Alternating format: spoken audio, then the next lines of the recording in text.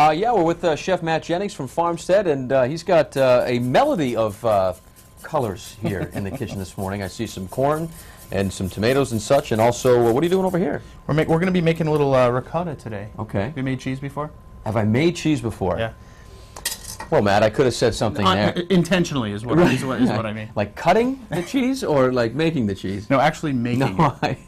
I have not, but I'm looking forward to it. So what's in the recipe here? What are the ingredients? We're going to make a little heirloom tomato salad with a homemade ricotta and a little bit of cream corn. So all right. Simple end of summer recipe. So when you say I'm making cheese, like what do you mean I'm making it? Well, isn't cheese like just go and buy it? It's already made for me. Most of the time that is the case, but we decided to do a really simple ricotta recipe with you today. So you're going to be separating the curds from the whey. Really? Yeah. All right. Remember cool. Little Miss Moffat? I was going to say, just like the nursery rhyme. Right, I always exactly, wondered what curds and whey was. Well, you're going to find out now. today. I'm going to find out firsthand. That's right. Learn something every day here on the Road Show. You can find the recipe online, as always, at foxprovidence.com. We are working on our homemade ricotta here with Farmstead and Chef Matt Jennings. But before we get to that, you have an accompaniment to that out of this roasted grilled corn, right? Yeah, you have here. So this is kind of the best of an end of summer salad. So we've got some corn that's been grilling here. Okay. And basically we're going to cut some off the cob.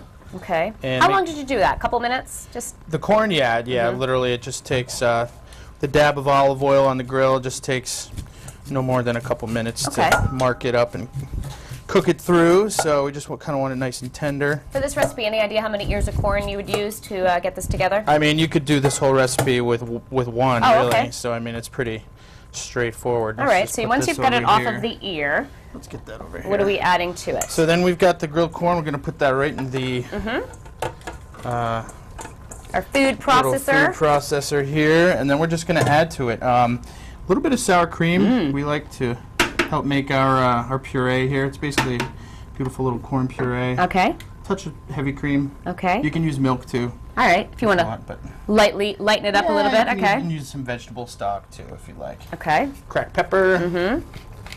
Right in there. And we've got a little bit of salt here. So All right. a little kosher salt. And here is the finished product. We'll let you whir that up in a Yeah, minute, but that is our exactly. gorgeous puree.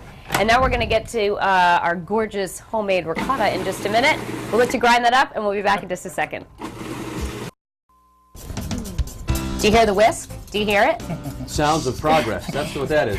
Chef Matt Jennings is making cheese, everyone, cheese. Indeed. My favorite food on the planet. I don't care what kind of cheese, you got it, I'll eat it. What it's on, what it's in, I don't love matter. it. Stinky, soft. Ah, blue. anything. I love it, love it, love it. Beautiful. I think I have an addiction to cheese, actually.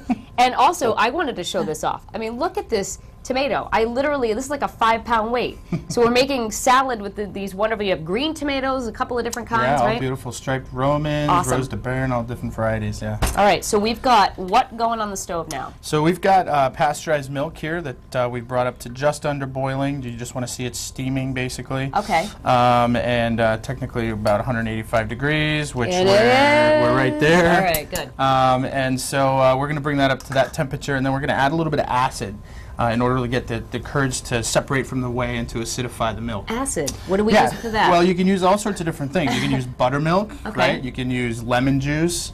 In our case, we found that the best way is actually a little bit of distilled white vinegar. Oh, all right. So we're going to use a little bit of vinegar today.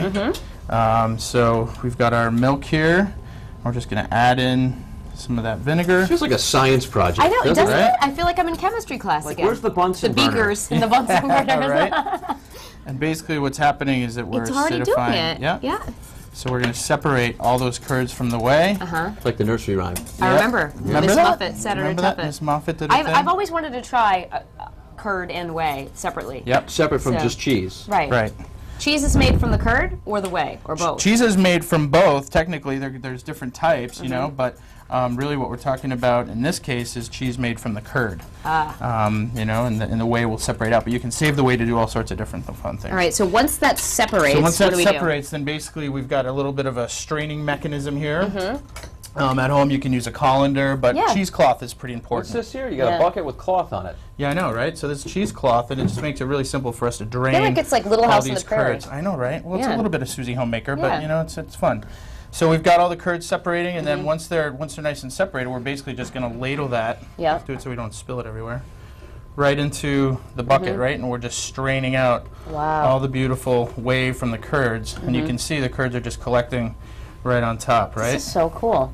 So we just let that strain, and basically we're going to empty all of that into the bucket Yep. or into the strainer, Yep. and you're going to let it go anywhere between 8 and 12 hours, depending on how firm you actually want Really? that cheese. So it's a great thing you can do it in the morning before you go to work. Basically, do this process, do the curdling, put it into your strainer, and then go to work, come back, and you'll be ready to go. And you have fresh cheese. And you got fresh cheese. So we've got this part of it here, and we're just going to let this strain out, and tomorrow, we can wring it out, depending if we want it really firm or not.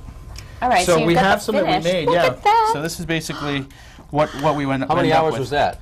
This was overnight. This was overnight. Yep. okay. And then sometimes, at this point, you can go back and add a little splash of cream if you want it a little richer, maybe a little bit of sour cream, whatever you want to do. But we kind of like it straight up, and you can even add in some chopped herbs or chili or whatever you want to do to it. So what do we do for the salad? I see you got some tomatoes here ready to Yeah, go. we're gonna do a little plate up with our beautiful.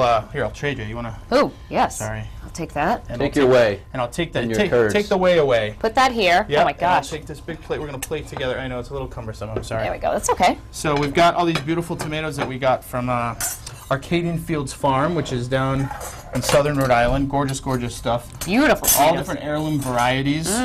So we're going to make a little salad here. Now, we made a little cream corn earlier, Yes, we did. and I actually like to serve the cream corn for this dish cool, so people don't have to worry about having this hot in particular for this dish, but we're just going to layer some tomatoes here. First, we're going to take our beautiful ricotta that we've made. Yeah.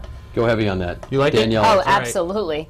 All right, so we'll put the ricotta down, just do a nice little spoon drag of that. Yeah. And then, do you want to help me? No, for the sake of time and accuracy. you better Okay, do it. all right. We're gonna basically do a little tomato layer, a little cream corn, another tomato, This looks like heaven on a little plate. cream corn, little Yum. tomato.